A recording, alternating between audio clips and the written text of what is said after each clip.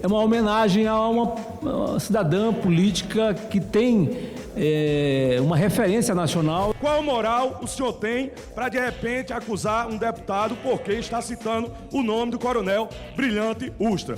Brilhante Ustra é o maior assassino dos DOI-CODES, que passou pela ditadura militar. 5 deputados invadiram unidades de saúde no Espírito Santo, um hospital no Espírito Santo. Grave é o comportamento de quem invade hospitais, unidades de saúde e escolas. Um projeto que tem uma importância fundamental, não apenas para os oceanos, para os mares, mas, sobretudo, para o enfrentamento às emergências climáticas. Essa discussão em torno de proteger o mar é uma afronta ao setor produtivo brasileiro. Cuidar do mar é cuidar também da economia. A aprovação desse projeto é claramente uma esquizofrenia legislativa em relação ao licenciamento ambiental.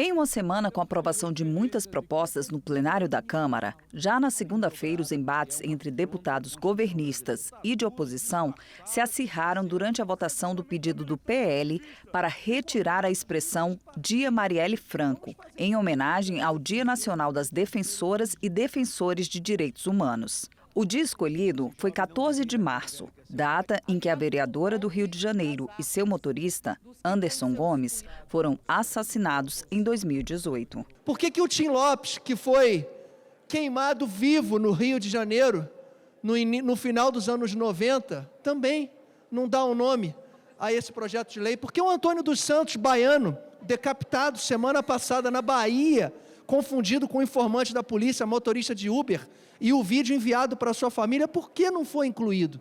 O querido e saudoso Tim é nome de uma escola, de um colégio estadual no Rio de Janeiro e de uma avenida na Barra da Tijuca. Então, as homenagens são muitas. E Sobral Pinto, que era um conservador, também merece, tem todas as homenagens. Querer ideologizar, no mau sentido da palavra, e achar que o espectro do comunismo contamina tudo para o mal da nossa gente, é uma visão, olha, é pré-Segunda Guerra Mundial, é da Guerra Fria, uma coisa retrógrada. Marielle é uma referência para nós. Assim como tantas outras pessoas também são referência, é preciso que nós reconheçamos o trabalho de uma mulher negra, favelada, e que teve a sua morte vinculada, inclusive, a um trabalho que fazia. Por isso mesmo, nós entendemos que nada mais justo que nós tenhamos, no que diz respeito ao projeto, o projeto com o nome de uma pessoa que sempre fez a luta por direitos humanos.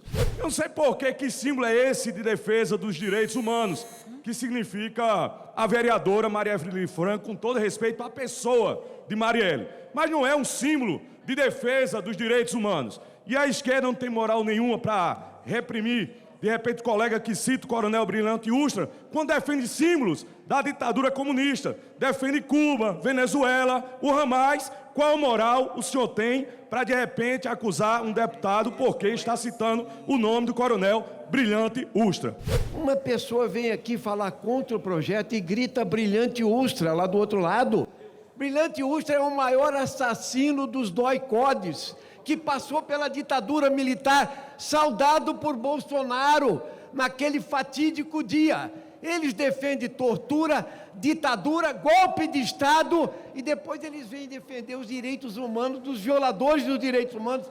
Entendemos que, de fato, é necessário instituirmos esse Dia Nacional dos Defensores Humanos, né, das pessoas que defendem, acima de tudo, as pessoas que mais precisam, necessitadas, e eventualmente nominá-la também como Marielle Franco, é uma homenagem a uma cidadã política que tem uma referência nacional e que entendemos a sua importância. Portanto, essa homenagem é justa, essa matéria precisa ser votada. Agora, o projeto será analisado pelo Senado.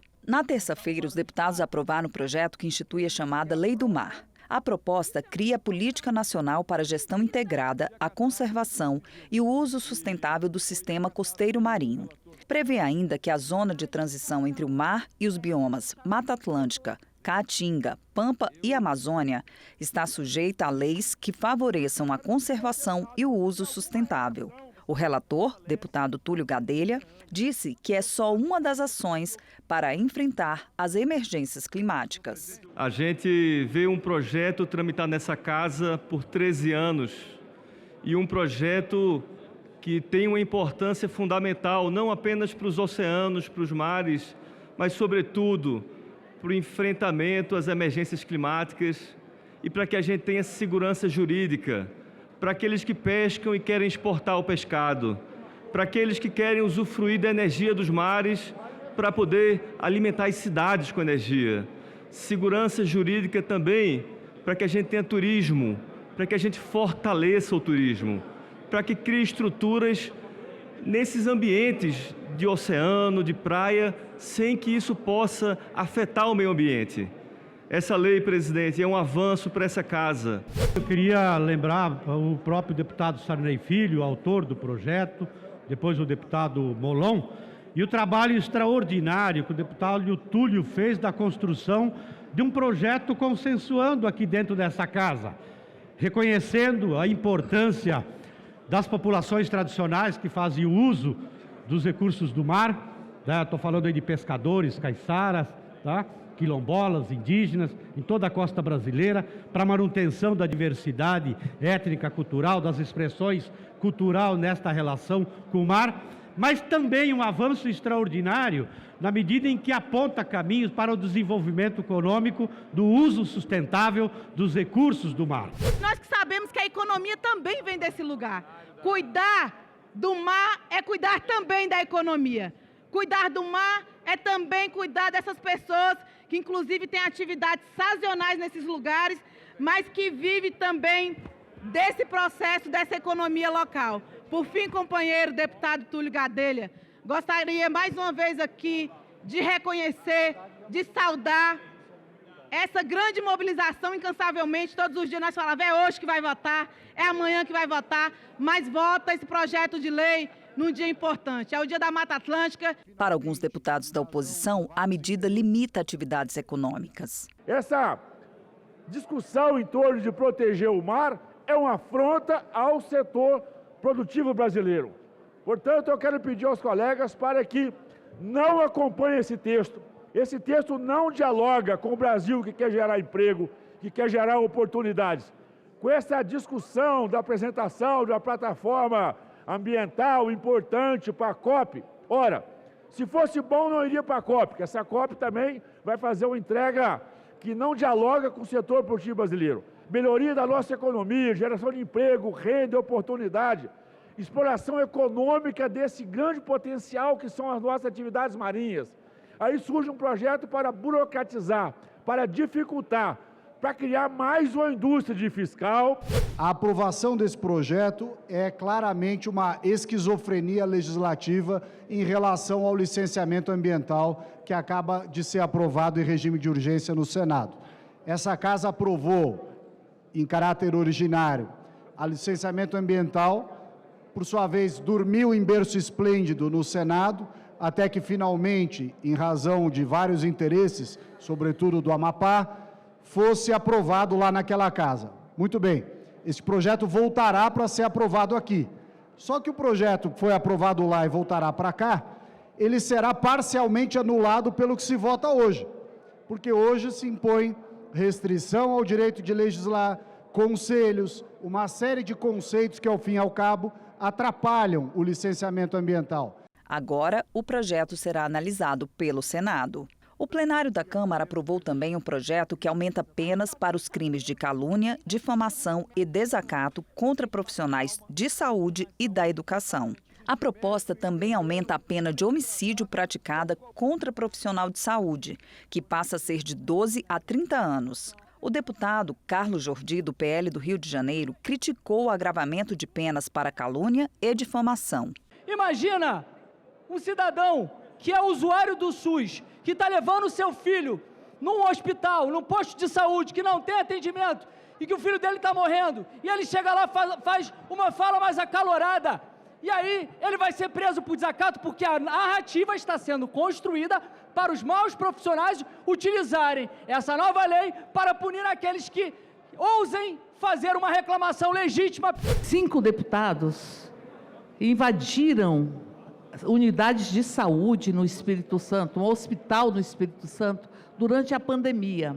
E aqui eles querem dizer que desacato é o direito à crítica.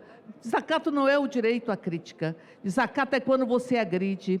Desacato é quando você verbalmente estabelece uma subalternização, quando você inclusive busca desestabilizar o serviço ou a política pública através da agressão aos profissionais de saúde e aos profissionais de educação. Esse projeto, ele é muito importante para barrar, para colocar um ponto final nos casos de violência que os profissionais da saúde vêm enfrentando diariamente, senhor presidente.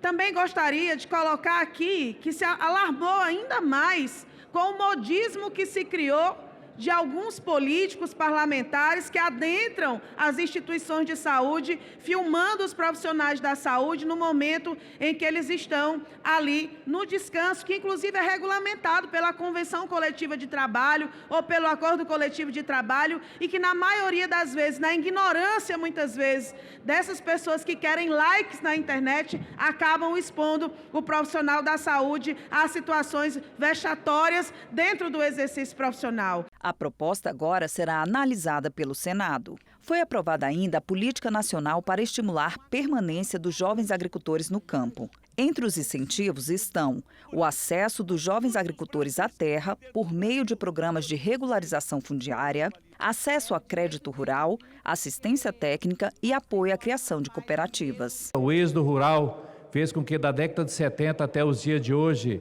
a pirâmide da população no campo ela se inverteu.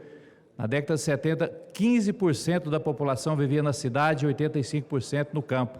E hoje, menos de 15%, deputada Soraya, da população vive no campo. Não é fixar o homem e mulher no campo, é criar oportunidade de políticas públicas. Portanto, esse projeto, ele garante um conjunto de medidas e o Estado brasileiro, ainda que tardio, poder trazer a política nacional de sucessão rural, de juventude rural e sucessão no campo. Só para destacar, no substitutivo aqui tem muitos pontos importantes, e só para destacar que ele garante acesso à terra, ao crédito rural, assistência técnica e também a regularização fundiária. É muito importante entender a importância de prender o jovem na área rural, adequar o sistema de educação para ele, a formação, e também dentro de um fundo que já existe, que não tem o menor impacto, senhor presidente, e inserir o jovem também dentro desse guarda-chuva, motivo pelo qual o PL retira todos os requerimentos de obstrução. Quero alertar o meu voto sendo contrário a este projeto, um projeto cheio de viés ideológico. Quero citar aqui o artigo 5º, inciso 5, acesso à educação do campo com a adoção da pedagogia da alternância, inspirada por nada mais, nada menos do que Paulo Freire, comunista e esquerdista, que quer fazer aqui do Brasil, colocando um viés ideológico, falando da pedagogia de alternância, pressupõe uma educação com viabilidade de ensino em conjunto com o trabalho do campo. Contudo, é fortemente influenciado por valores progressistas, com premissas sobre a autonomia dos povos do campo, educação libertadora. Então, quando o PT ou os partidos de esquerda estão falando que o projeto não incide em nenhum custo para o Brasil, eles querem nada mais, nada menos do que enfiar a goela abaixo viés ideológico em todo mundo. E aí eu me admiro da maioria dos deputados aqui calados e mudos, enquanto o Brasil vai passando da direita literalmente para a esquerda. O projeto será submetido ao Senado. A Câmara dos Deputados aprovou o projeto do governo que autoriza o Banco do Nordeste a criar empresas para atuar em segmentos econômicos como ramo de seguros, previdência e capitalização. O relator da proposta, deputado José Guimarães, do PT do Ceará, destacou que a medida dará maior eficiência ao banco. É uma necessidade de mercado. O Banco do Nordeste, presidente, Vossa Excelência que é da Paraíba, sabe, o ano passado teve um lucro de 2,3 bilhões. É uma empresa estatal de direito privado. Não depende do governo federal. Muito pelo contrário. Portanto, senhor presidente, dar ao Banco do Nordeste eficiência, disputa com capacidade de investimento com os demais bancos do Brasil, né? Vai tornar a governança mais eficiente. A proposta seguiu para análise do Senado. Os deputados aprovaram ainda projeto que obriga os aplicativos de transporte a instalarem o botão de pânico. A medida institui o protocolo de emergência para aumentar a segurança aos usuários e motoristas de aplicativos de transporte. O que nós criamos? Nós criamos no nosso substitutivo o protocolo de emergência Proteja, para garantir a segurança das mulheres, motoristas e usuários durante o uso do transporte individual, privado, como Uber, 99 e outras plataformas. O botão pode ser acionado como? No próprio aplicativo, de imediato, de forma sigilosa, discreta, quando a pessoa se encontrar em uma situação de risco. Haverá, então, uma comunicação com a central de atendimento, que vai compartilhar a localização em tempo real com as forças policiais. O projeto será analisado ainda pelo Senado. Outro projeto aprovado foi o que cria a campanha nacional sobre a utilização consciente da tecnologia digital, inclusive jogos eletrônicos e rede social. A relatora, deputada Duda Salabert, do PDT de Minas Gerais, citou como exemplo a campanha que adverte sobre os riscos do cigarro. A intenção é também alertar sobre o uso abusivo de jogos online nas embalagens. Fazer um paralelo. Todos nós sabemos que álcool vicia. Então, nas embalagens tem advertência. Todos nós sabemos que cigarro vicia. Então, na embalagem tem advertência. Todos nós sabemos que o uso abusivo de jogos online viciam. Daí via advertência na embalagem. O que chamam de campanhas de conscientização nada mais é do que utilizar o dinheiro público para bombardear os cidadãos brasileiros, em especial os jovens, com doutrinação ideológica. O que, segundo os bastidores da já conhecida Globo Lixo, estão proibidos de receber qualquer convidado em qualquer programa que seja contrário à censura, ou como estão dizendo, regulamentação de redes.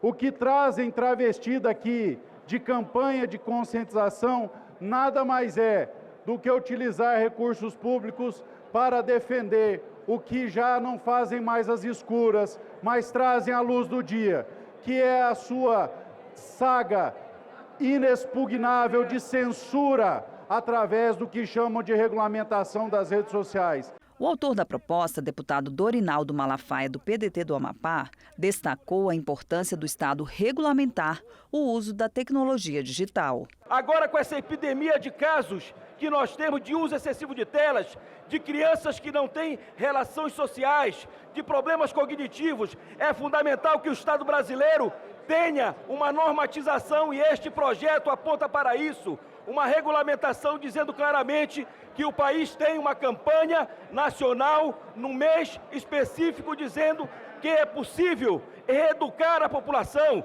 reeducar as famílias. Este projeto, nesse sentido, presidente, precisa ser aprovado amplamente, porque ele estabelece exatamente isso, uma campanha consciente pelo uso de telas e responsabiliza também as plataformas. Seria cômico se não fosse trágico as pessoas que estão defendendo esse projeto, querendo dizer que isso tem alguma coisa a ver com a preocupação com as nossas crianças e adolescentes. O Estado não substitui, em momento algum, a responsabilidade dos pais. Realmente seria cômico se não fosse trágico a forma como essa turma da extrema-direita, como o fascismo, luta com unhas e dentes para manter a internet em uma terra sem lei. Nós estamos lidando aqui apenas com um projeto que visa colocar advertências nos produtos sobre os riscos do uso. E vocês querem tirar o parágrafo 3º, que é o que estabelece a competência para o governo federal de definir as normas complementares que vão estabelecer como essas advertências vão estar sendo publicizadas, como elas estarão sendo apresentadas nas embalagens, na mídia, na divulgação. Médicos que cuidam da saúde das crianças, que compreendem, que conhecem as crianças, a saúde das crianças brasileiras, e eles apontam dados graves em relação ao uso excessivo da internet para acessar jogos eletrônicos via internet, para acessar as redes sociais, e isso tem criado nos jovens, nas crianças, nas nossas crianças, nos nossos adolescentes, várias doenças.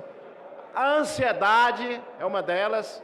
Nós sabemos que muitas das vezes a ansiedade leva ao suicídio, leva doenças como a cegueira das crianças, lesões oculares graves, além de outras enfermidades que são causadas pelo uso excessivo das redes sociais. E aqui a deputada Duda melhorou muito a proposta do deputado Dorinaldo Malafaia. E aqui estabelece o mês de abril para ser o mês dessa campanha. Esse projeto, em que pese, tem um viés e uma intenção positiva. No entanto, nós sabemos que desde que a esquerda perdeu a questão de impor censura, busca subterfúgios para incluir a censura no nosso ordenamento jurídico. Esse é um dos subterfúgios. Como bem disse aqui o nosso deputado que me antecedeu, é um projeto travestido, é uma censura travestida de fazer boas coisas pela sociedade. O projeto aqui do Dorinaldo, relatado pela Duda, não diz que você tem que parar de usar internet. Não proíbe de fazer o que quiser na internet. Ele apenas coloca uma advertência de que o uso abusivo, excessivo de telas pode fazer mal à saúde. Diz uma outra coisa, diz uma classificação indicativa daquela propaganda, daquele programa, daquele jogo. E terceiro, traz informações de controle parental para os pais controlarem. Não faz mais nada além disso. É igualzinho um maço de cigarro que está lá escrito: cigarro faz mal à saúde. Alguém está proibido de fumar? Tem censura ali nessa advertência? Não! A proposta segue para o Senado. O plenário aprovou ainda projeto que exige a divulgação dos direitos das pessoas com deficiência em emissoras públicas e em publicidade em campanhas do governo. Esse é um projeto de lei que adequa de maneira muito importante o texto de uma outra lei que nós próprios aprovamos aqui e que pecou por uma omissão, que foi exatamente essa que se corrige agora, de inclusão das pessoas com deficiência na Política Nacional de Comunicação de Direitos Humanos. Então é um avanço legal, importante, que aprimora a nossa legislação. O texto segue para o Senado. O plenário aprovou também projeto que destina parte dos recursos arrecadados com multas de trânsito para a formação de motoristas de baixa renda.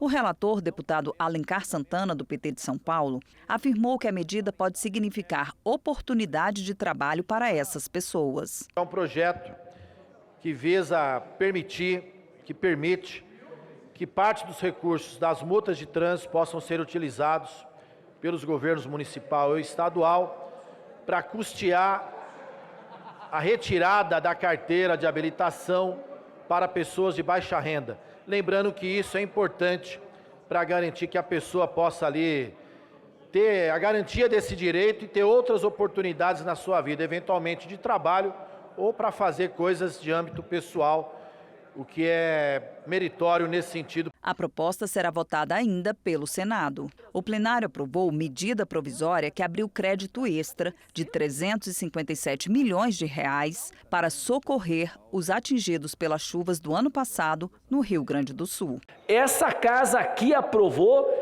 e o governo federal já alocou para o Rio Grande do Sul 6 bilhões e 500 milhões de reais que já estão depositados desde dezembro do ano passado na Caixa Econômica Federal para fazer os planos de prevenção, de mitigação sobre as enchentes. São as casas de bomba, todo o processo da defesa, da proteção sobre os muros que têm que ser construídos, os diques que têm que ser feitos, e o governo do estado ainda não fez os projetos. O dinheiro está parado, pode vir uma nova enchente e o Rio Grande do Sul pode sofrer. Então esse é o alerta que eu quero fazer aqui. A MP segue agora para análise do Senado. Os deputados aprovaram ainda 9 requerimentos de urgências para que os projetos sejam votados diretamente no plenário, sem precisar passar pelas comissões. Entre as propostas está a que cria instrumentos para conter o foco da gripe aviária no sul do país. Outro projeto é o que regulariza registros localizados em faixas de fronteira. Temas de interesse nacional, debates em plenário, as reações e propostas dos deputados, fatos e opiniões. O Brasil aceita ainda ingredientes proibidos em outros países. Produtos como os balas, sucos, cereais, iogurtes, que aqui no Brasil ainda tem corantes sintéticos perigosíssimos. E tem versões completamente diferentes na Europa. Na Europa já são usados corantes naturais como carotenos, cúrcuma, beterraba, urucum e espirulina. Nosso foco é claro: proteger a saúde das pessoas, especialmente das crianças, porque elas consomem mais produtos ultraprocessados, são mais vulneráveis ao impacto de aditivos químicos e não têm autonomia para fazer escolhas conscientes. Isso torna ainda mais urgente a responsabilidade do Estado em criar um ambiente alimentar seguro.